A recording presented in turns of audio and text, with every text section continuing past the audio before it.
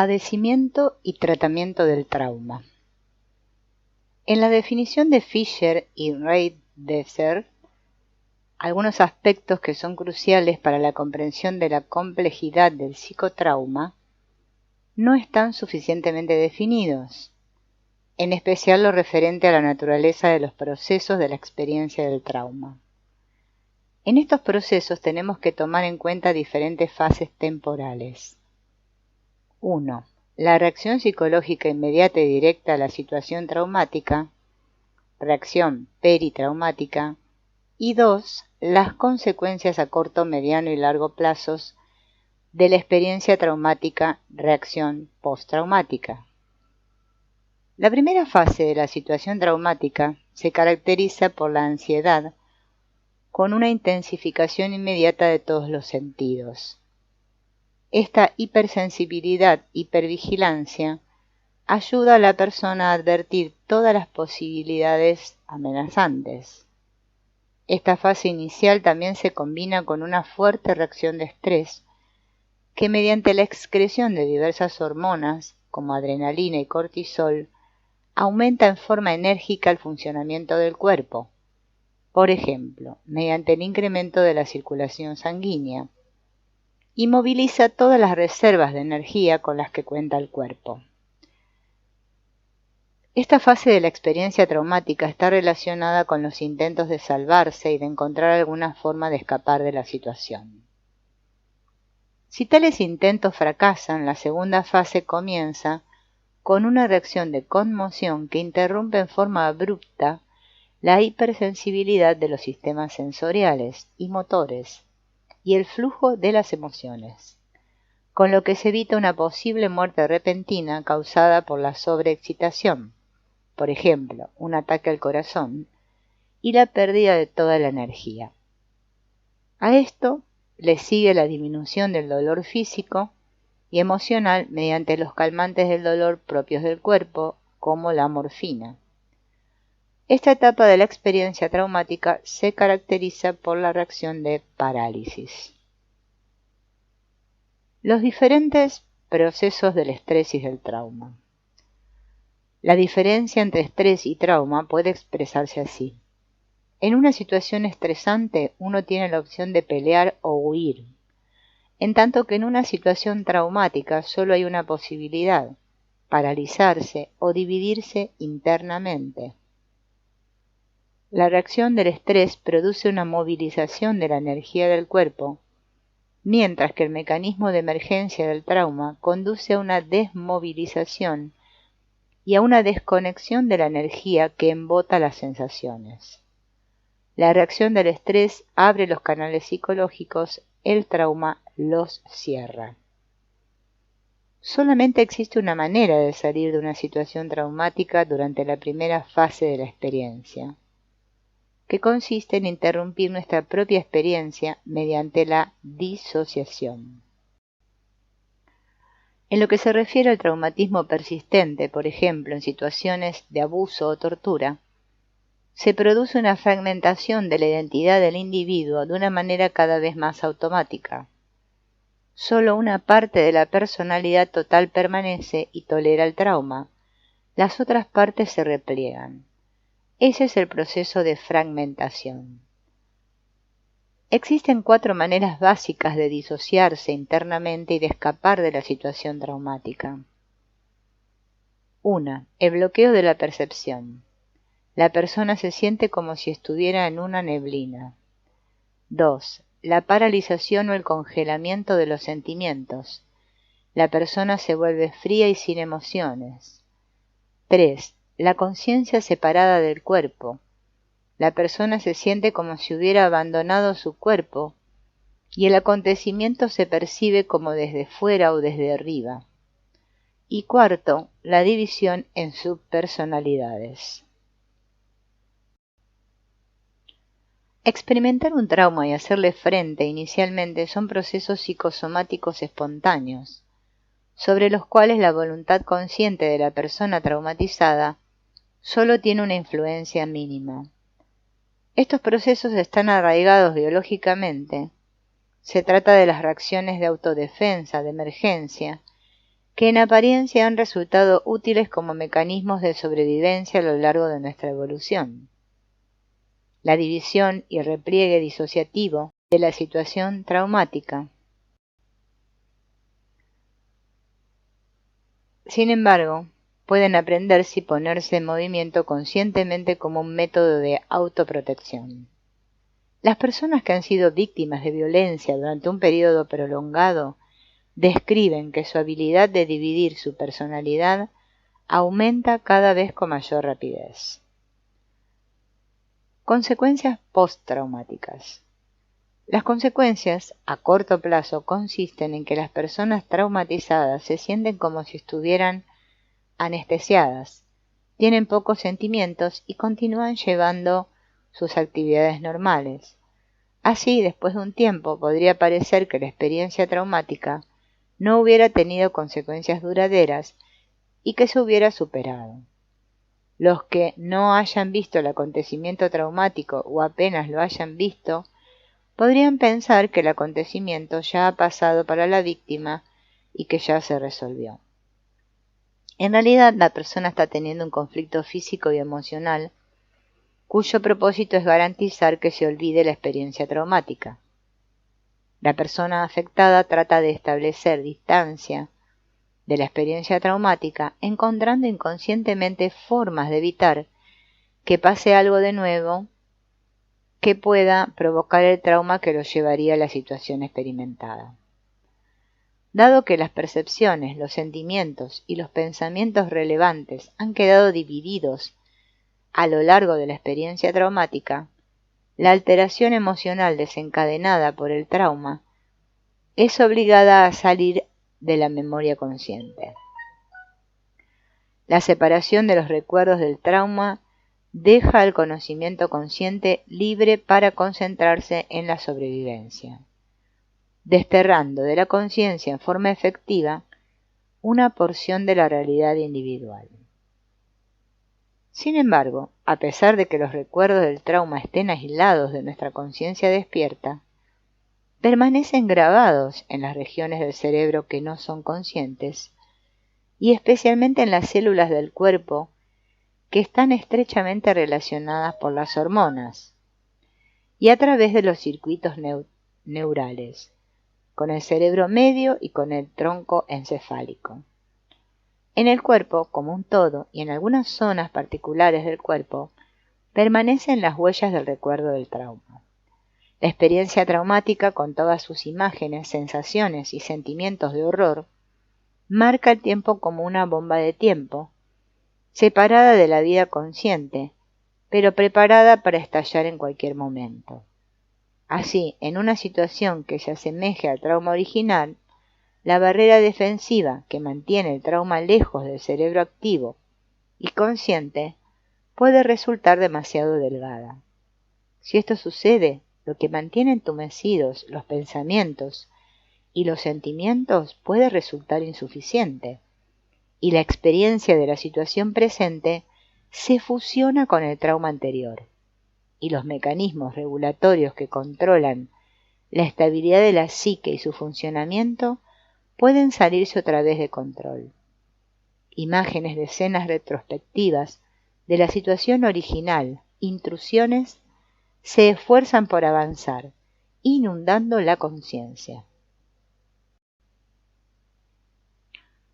Francine Shapiro, al hablar de algunos veteranos de Vietnam, describió este proceso de la siguiente manera. Muchos veteranos no son capaces de cruzar calles ordinarias, no pueden ir a los centros comerciales o visitar centros deportivos, porque las multitudes y los ruidos caóticos de fondo les activan viejas ansiedades y liberan imágenes retrospectivas horribles. El diagnóstico de trastorno por estrés postraumático reúne los síntomas típicos del trauma que pueden aparecer si no se da apoyo específico y oportuno a las víctimas del trauma. Los síntomas típicos son experiencias repetidas del trauma a través de recuerdos intrusivos, recuerdos recurrentes y escenas retrospectivas o en los sueños, frente a un trasfondo de sentimientos persistentes, de embotamiento o de apatía emocional, de indiferencia hacia otras personas, del sentimiento de estar disociado de su entorno, de autoprivación, así como de evasión de actividades y de situaciones que pueden revivir los recuerdos del trauma. También es común encontrar un temor o un intento de evadir las palabras clave que puedan recordar el trauma original a la víctima.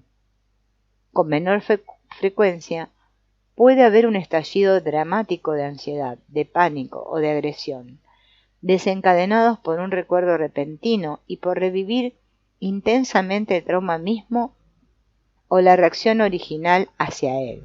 Normalmente le sigue un estado de hiperactividad con un sentido intenso de vigilancia, con un temor desproporcionado y una ausencia de sueño. Con frecuencia la ansiedad y la depresión aparecen asociadas con los signos y los síntomas arriba mencionados y no son raros los pensamientos de suicidio. También pueden ser factores asociados el consumo de drogas o el consumo desproporcionado de alcohol. Incluso cuando no haya un vínculo emocional evidente entre el incidente presente y la experiencia traumática original, y por lo tanto ningún aspecto evidente que vuelva a desencadenar el suceso, la experiencia traumática continúa teniendo efectos. Las percepciones, los sentimientos, los pensamientos y las acciones de las personas se ven afectados, aunque tales personas no sean conscientes de este proceso. La experiencia traumática opera como un filtro por el que pasan todas las experiencias posteriores. La ansiedad, cólera, desesperanza y confusión mental, de acuerdo con la naturaleza del trauma experimentado, marcan las experiencias cotidianas de la vida. La realidad se ve distorsionada a través del filtro de la experiencia traumática y se convierte en una realidad subjetiva. Pero, a causa de que este proceso es inconsciente y no constituye un aspecto de autorreflexión, la persona traumatizada siente que esa realidad filtrada es la única verdad posible, aunque en realidad solo constituya la mitad de la verdad. División de la personalidad. Fragmentación. En su forma más extensa, el proceso de una experiencia traumática toma la forma de una división de la identidad en identidades fragmentarias, lo que da como resultado múltiples caracteres. Como consecuencia, el individuo tiene más de una identidad y estas identidades saben poco o nada de la existencia de las otras identidades. La persona traumatizada se siente en el estado A o en el estado B. Si se encuentra en el estado A, no sabe nada del estado B y viceversa. Nuestro yo consciente recibe informes de los sucesos que experimentamos como un todo y como una identidad. A pesar de que constantemente cambiamos de acuerdo con nuestro entorno, tenemos la impresión de que seguimos siendo la misma persona. Nuestra psique no está preparada para la posibilidad de que este yo pueda cesar de existir repentinamente a causa de las múltiples expresiones del yo. Nosotros nos percibimos de una manera tan absoluta, como poseedores de una sola personalidad, que la gente que no está versada en la teoría del trauma difícilmente puede creer el fenómeno de la personalidad dividida. Nuestra conciencia nos transmite la ilusión de una identidad autónoma del yo. Por esta razón, el fenómeno de personalidad múltiple o trastorno de identidad disociativa a menudo se lo toma con escepticismo. Esto va mucho más allá de nuestro concepto de personalidad y de subjetividad. Además, muchos psicoterapeutas que observan estos cambios repentinos de personalidad en sus propios pacientes, los pasan por alto hasta que llegan a entender adecuadamente el verdadero concepto de trauma. En la década de 1940, Helen y John Watkins desarrollaron la teoría de los estados del ego basada en la psicología del yo de Paul Federn y en observaciones de sus pacientes. Una experiencia del yo puede definirse como una relación organizada y un sistema de experiencias cuyos elementos se mantienen unidos por un principio común y que se separa de otras experiencias del yo a través de una frontera más o menos permeable. El desarrollo de los estados del yo a lo largo del desarrollo de una persona generalmente es un proceso normal en que los niños tienen que aprender a conducirse en forma distinta con gente distinta y en situaciones diversas. Aprenden a asumir diferentes papeles en diferentes situaciones, los cuales pueden escoger libremente como estados del yo en la estructura de sus personalidades. Las fronteras entre los estados individuales del yo pueden ser vagas, y el cambio de uno a otro puede ser en parte consciente. Por ejemplo, ahora me comportaré como un niño pequeño, pero esencialmente no está en toda nuestra conciencia. Sin embargo, en una experiencia traumática se requiere un ajuste extremo de un estado del yo existente. La experiencia es tan abrupta y dolorosa que solo puede ser almacenada en un estado adicional del yo. Si se mantuviera permanentemente en el yo consciente de una persona, ésta no podría sobrevivir. Como consecuencia, en la psique interior se levanta una barrera entre el estado traumatizado del yo y el estado del yo que sobrevive a la situación traumática. Frank Putnam describe en forma sistemática y global el fenómeno del trastorno de identidad disociativo basándose en una experiencia de trauma. Putnam parte de la hipótesis de que la disociación es un proceso psicológico normal que permite al individuo adaptarse a diferentes situaciones demandantes. Este proceso solamente conduce a la severidad de un trastorno de personalidad bajo la influencia de una experiencia traumática. Como los fenómenos disociativos más sorprendentes, enumera los siguientes casos: amnesia psicogénica, incapacidad repentina de recordar información personal importante, fuga disociativa, partida repentina de la casa o del lugar de trabajo, junto con la incapacidad de recordar el pasado propio, trastorno de despersonalización. Las víctimas experimentan episodios en que se sienten tan irreales y enajenadas que piensan que se encuentran en un sueño o que se han convertido en una máquina o que están muertas. El tipo de disociación observado y los efectos que se asocian con los estados de la separación de los estados del yo dependen de la situación del trauma específica. El perpetrador en la víctima. Para la comprensión de muchas de las consecuencias del trauma, resulta particularmente importante saber que en una situación violenta, en que una víctima es impotente ante un agresor, la estructura psíquica del agresor se duplica a sí misma en la víctima. ¿Por qué? Desde luego se consideraría normal y lógico que la víctima se defendiera frente al perpetrador, y que hiciera todo lo posible para impedir que éste penetrara en su ser interior. No obstante, al parecer existe un intento final de sobrevivencia que implica una identificación con la personalidad del perpetrador y un intento de asimilarse con su personalidad. El yo personal se deja de lado y se suplanta con el yo del perpetrador. Si la víctima sobrevive a la violencia, la interpretación sobre el perpetrador se aparta al trasfondo nuevamente, pero permanece como una parte separada de la personalidad. Jean-Philippe Riemsma describe lo que experimentó en un secuestro. Se refiere a la parte de su personalidad que experimentó el trauma del secuestro en tercera persona, él. En un momento dado tuvo la fantasía de que el secuestrador lo consolaría, lo tocaría, pondría sus manos en sus hombros.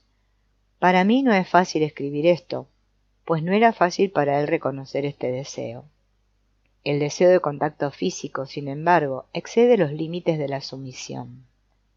La relación de poder está claramente delimitada. No se trata de compartir el poder, sino de una coexistencia extrema del que sustenta todo el poder con el que carece de él. El que está dotado de todo el poder desea que le otorguen los regalos físicos que merece el dictador. Si un adulto se ve tan obligado a renunciar a su personalidad en una situación tal, ¿qué tanto puede un niño oponerse a un agresor? Adicción. Las experiencias de trauma deberían considerarse como las causas subyacentes de muchas formas de adicciones. Las drogas, por ejemplo, se toman para ocultar la experiencia traumática y los sentimientos ligados a dicha experiencia, para combatir o suprimir los síntomas de la falta de sueño, de la ansiedad y del pánico causados por el trauma, o para escapar del embotamiento y del vacío interior de un estado traumático congelado. Así las drogas no solo se necesitan para estimular, sino igualmente para anestesiar. Las drogas se consumen tanto para deprimir los niveles psicológicos de estimulación, provocando un efecto de amortiguamiento, por ejemplo, el alcohol, la marihuana, la heroína, los tranquilizantes, o para estimular el nivel de sensaciones, por ejemplo, el éxtasis, las drogas estimulantes, la cocaína. Los cigarrillos pueden tener ambos efectos, calman y también hacen sentirse más despierto, por lo que es la droga más extendida en todo el mundo y la que causa mayor adicción. Otras adicciones, como trabajar en exceso, también pueden deberse a una experiencia traumática. Mediante la ocupación continua, se evita que resurjan los sentimientos traumáticos que aparecen en períodos de relajación. En forma similar, comer en exceso también reprime los sentimientos de soledad y de abandono. No obstante, si tratamos de escapar de los efectos posteriores del trauma mediante la manipulación de la química del cerebro, nos vemos atrapados en el ciclo de la adicción, porque para equilibrar el influjo de las drogas el cerebro produce los antídotos exactos, de modo que, después de muy poco tiempo, aparece una tolerancia a la droga. En consecuencia, las dosis deben aumentarse, con lo que se provoca una reacción de mayor intensidad en la química del cerebro y así sucesivamente.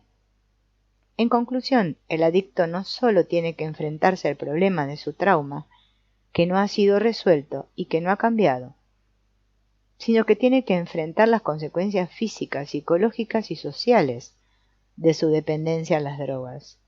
Y la adicción, en la mayor parte de los casos, tarde o temprano conduce a la muerte. El tipo de adicción depende frecuentemente de la naturaleza del trauma. Además, la adicción constituye un obstáculo importante para la terapia.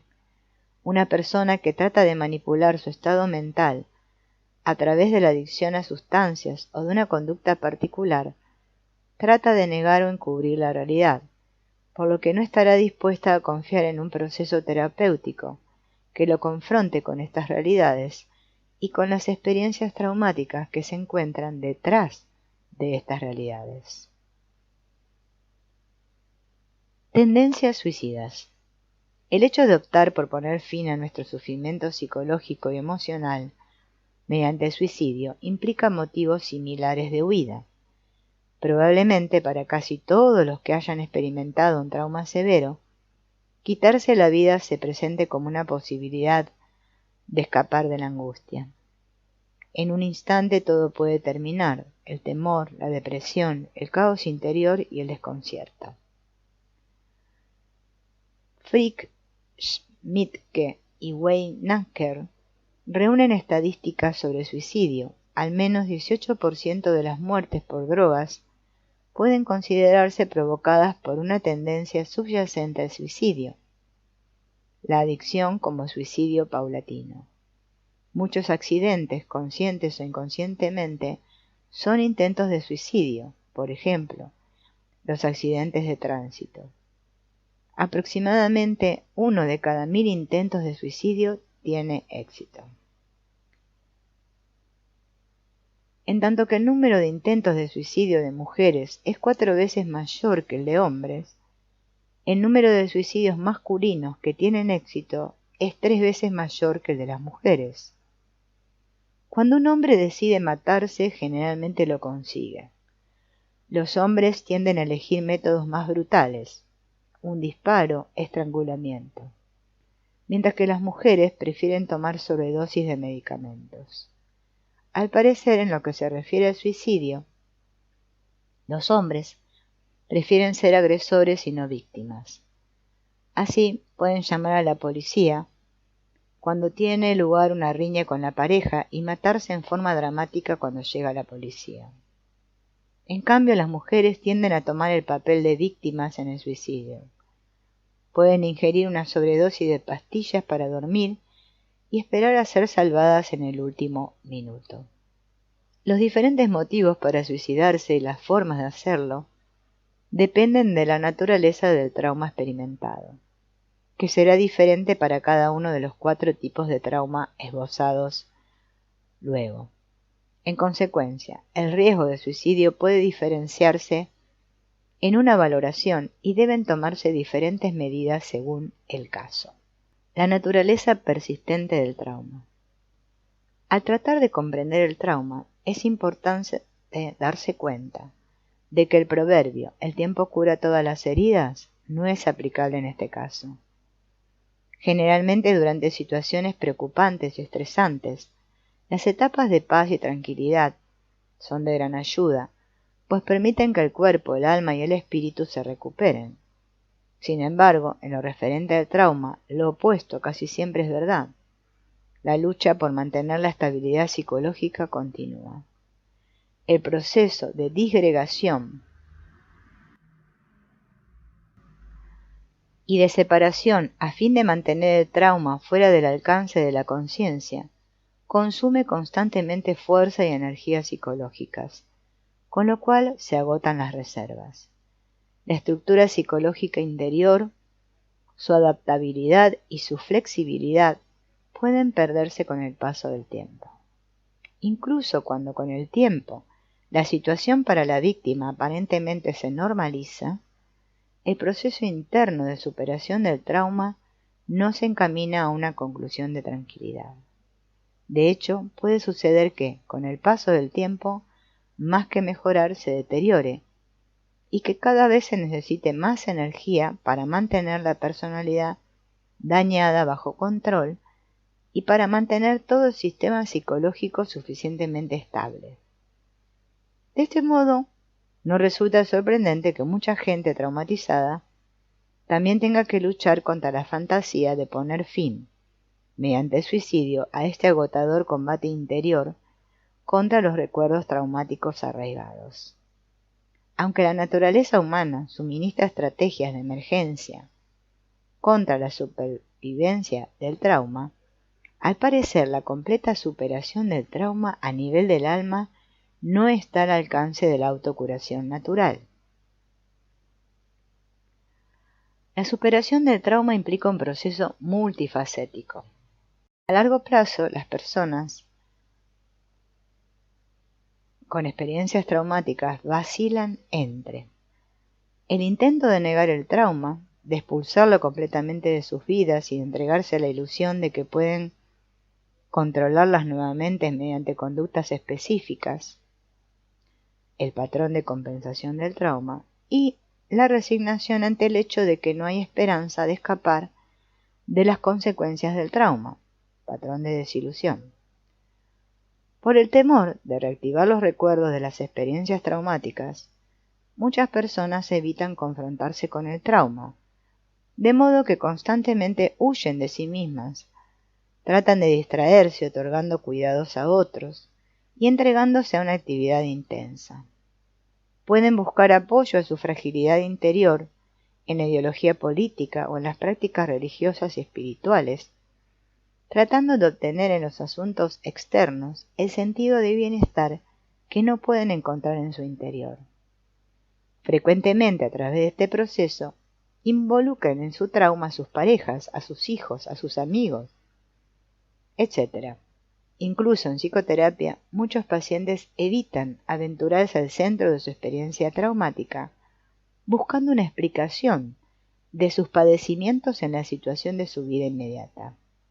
No conciben que un acontecimiento que pudo haber sucedido muchos años atrás, apenas recuerdan, puede ser la causa de su actual falta de bienestar psicológico. Los psicoterapeutas que no están versados en el concepto del trauma, desgraciadamente los apoyarán en este punto, con lo que las terapias se perpetuarán durante muchos años e incluso podrán aumentar los síntomas del trauma, sin reconocer que dichos síntomas son de hecho consecuencias del trauma. Como resultado, no se toma en consideración la terapia relacionada con las causas y no se exploran las posibilidades de llevar a cabo un trabajo terapéutico enfocado en el trauma. La conexión psicológica.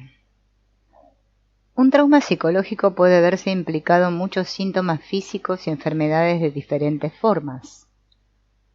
El trauma da lugar no solo a daños psicológicos y emocionales, sino también a daños físicos. Por ejemplo, si una mujer es golpeada y sofocada durante una violación, su cuerpo guardará la memoria de la lesión física.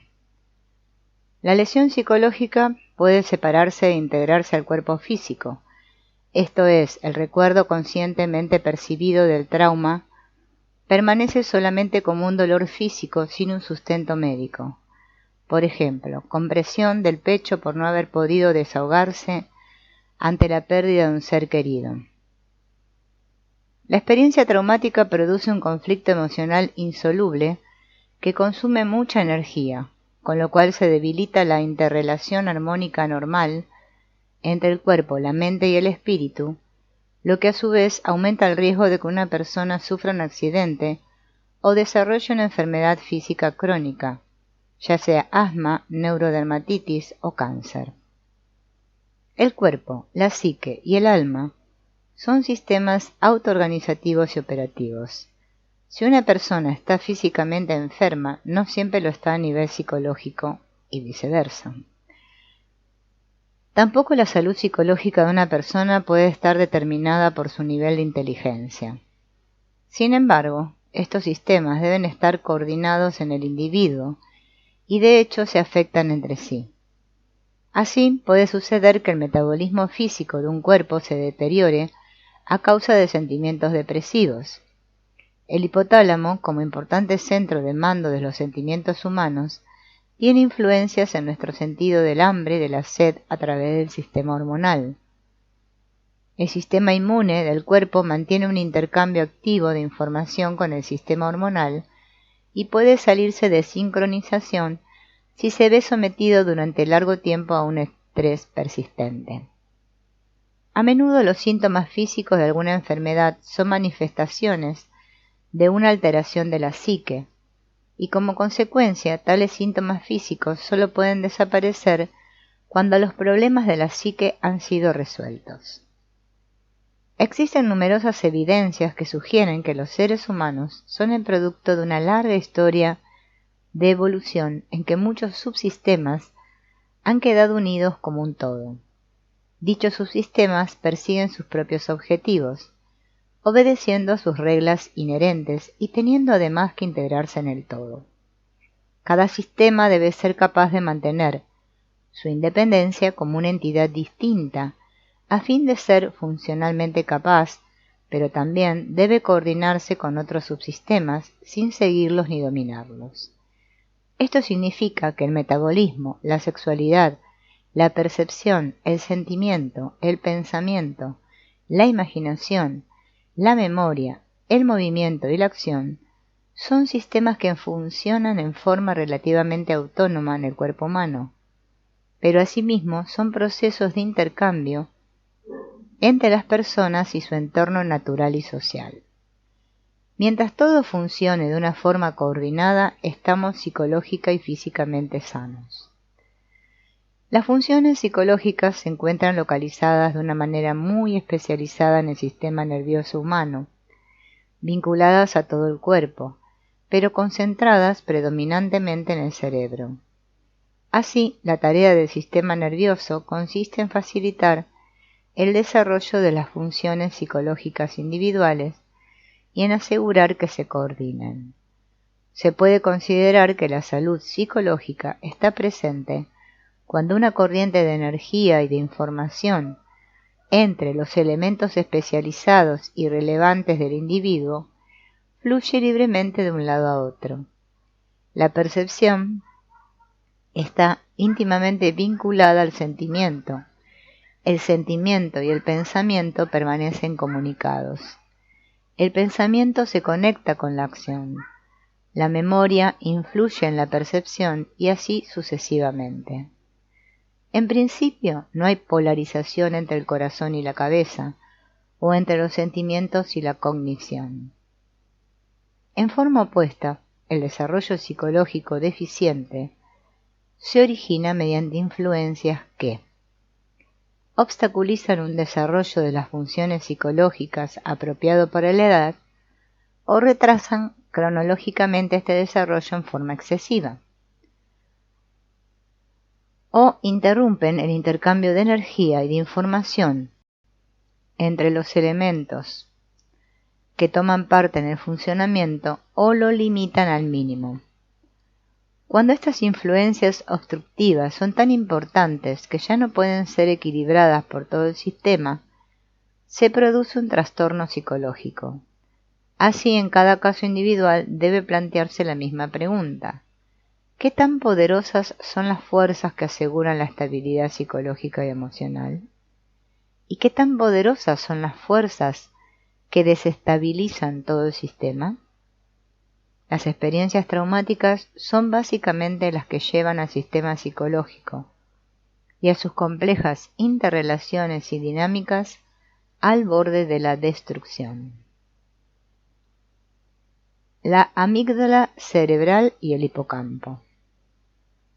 Al igual que sucede en el caso de las reacciones al estrés, los investigadores del cerebro encuentran cada vez más procesos y estructuras específicos relacionados con experiencias traumáticas en el cerebro. Actualmente parece posible proponer una pequeña concentración nerviosa en el cerebro medio como el centro de control esencial para las experiencias traumáticas. La amígdala claramente tiene la tarea de actuar como un filtro para las experiencias peligrosas, sacando de dichas experiencias cualquier información que pueda indicar peligro y que represente una amenaza para la vida. Almacena estos patrones de información y envía las correspondientes señales de alarma cuando reconoce una recurrencia, de modo que se posibilita una reacción automática y reflexiva, física y emocional. Sin embargo, bajo un estrés extremo, las neuronas de la amígdala se encienden tan fuertemente que interrumpen cualquier otro envío de información a otras regiones del cerebro, por ejemplo al hipocampo, estructura nerviosa que también se encuentra cerca de la amígdala.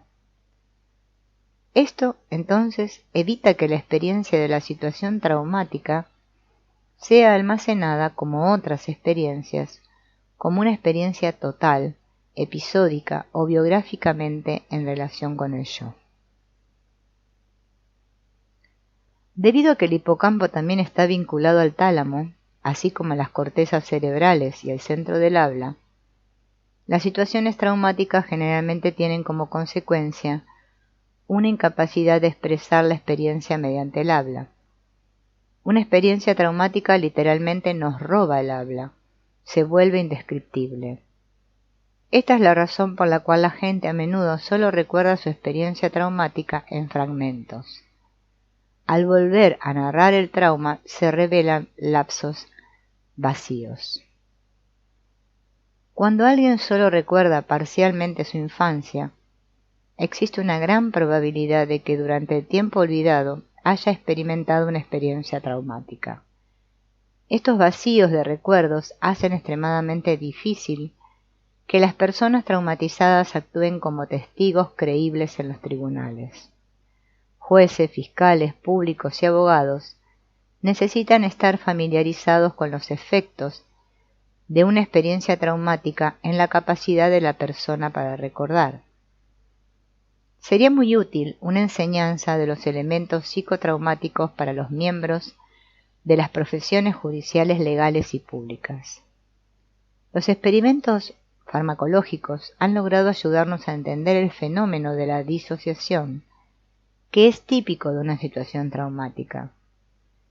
Cuando se administró ketamina, un químico que interrumpe en el cerebro la actividad del neurotransmisor de excitación denominado glutamato, a los participantes en un experimento, se tuvo como resultado una disminución del sentido del tiempo, pérdida del sentido de identidad, despersonalización y de la realidad, desrealización y vacíos de memoria, amnesia.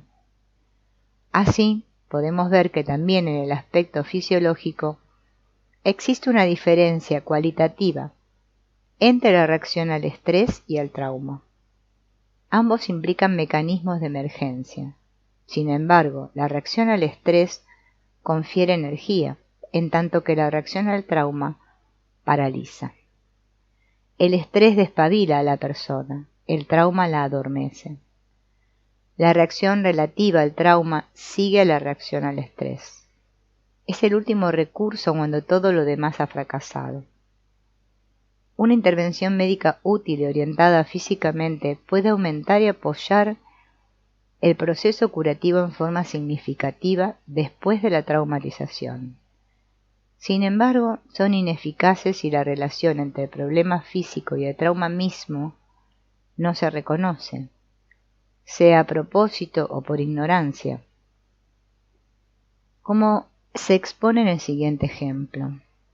Un paciente describió sus sentimientos de absoluto estado de indefensión después de haber seguido un tratamiento bien intencionado de su quiropráctico.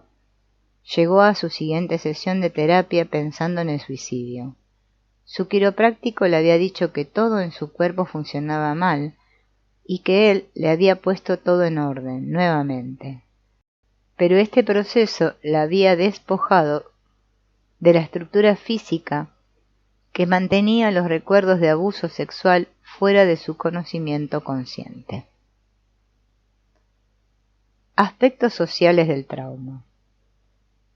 El concepto de trauma no puede reducirse simplemente a un examen de los fenómenos biológicos o psicológicos. El trauma siempre tiene lugar dentro de un contexto social. Puede haber algunas personas que se vean afectadas directamente por un acontecimiento y algunas otras que, aunque no sean psicológicamente afectadas en forma directa, puedan sin embargo padecer en forma grave los efectos postraumáticos. Podemos imaginar qué podría pasar en una familia cuando un soldado traumatizado por la guerra regresa a su casa.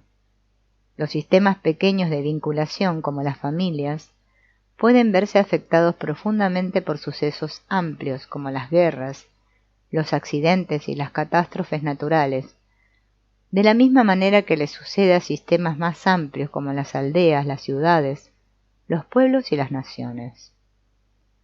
Restringir el concepto de trauma a los directamente afectados, tal como se hace en el diagnóstico del trastorno por estrés postraumático, es insuficiente no solo para la comprensión de los sucesos del trauma, sino también para reconocer la posibilidad de hacer algo al respecto. La traumatización psicosocial implica lesiones que no pueden ser tratadas únicamente en el ámbito psicoterapéutico. El paquete de apoyo siempre debe tener en cuenta la capacidad de influir en las causas de la lesión. Si no se toman en cuenta explícitamente las condiciones políticas, existe un gran riesgo de que el trabajo psicoterapéutico sea ineficaz. Por lo tanto, los traumas también son realidades sociales y deben considerarse a la luz tanto de sus causas sociales y políticas como de sus condiciones y consecuencias.